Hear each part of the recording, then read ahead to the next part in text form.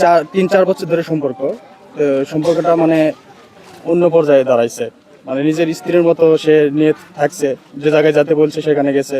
অনেকবার মানে শারীরিক সম্পর্ক হয়েছে।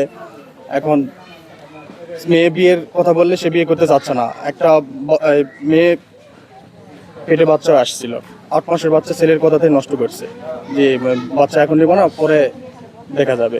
এইরকম কথা বলে এখন বিয়ে করার কথা বলে, সে আর বিয়ে করতে না, উল্টা আরো মেয়ে হুমকি দিচ্ছে সে। আমি মেয়ের ফুফু হই। আমার মেয়ের সাথে সম্পর্ক 5 বছর থেকে ধরেই। তারা সম্পর্ক করতে করতে অবৈধ মিলামিশা করে তার পেটে গর্ভে বাচ্চা আছে। বাচ্চা আসার পরে যখন এরা বাপ মা সবাইকে জানাছে, আজকে বাচ্চা নষ্ট করো, আমরা বিয়ে করে দিয়ে আসবো। এই বাচ্চা শুনটা কিভাবে বিয়ে দিব? এরা সুইসাইড দিয়ে মেয়ে তালা ঘুম দিয়ে বাচ্চা নষ্ট করে এখন এসে বলতেছি না আমরা আর বিয়ে করবো না, আপনারা কি করতে পারেন, কি করণীয় আছে করে নেন। বছর ধরে সম্পর্ক, 3 বছর ধরে শারীরিক সম্পর্ক, ফ্যামিলি জানে। এখন তারপর বাচ্চা আসছে, বলছে বাচ্চা নষ্ট করে বিয়ে করব। পরে বাচ্চা নষ্ট করে বিয়ে করব, এখানে আসো ওখানে আসো, যাইতে আসে না। আর ফ্যামিলি থেকে লোক আসে, বলছে আপোষের মধ্যে বিয়ে দাও, কোনো রেসপন্স দেয়নি। এই লোক ধরে ওই লোক ধরে ওরা টাকার অফার দেয়, অনেক কিছুই যা বলার মতো।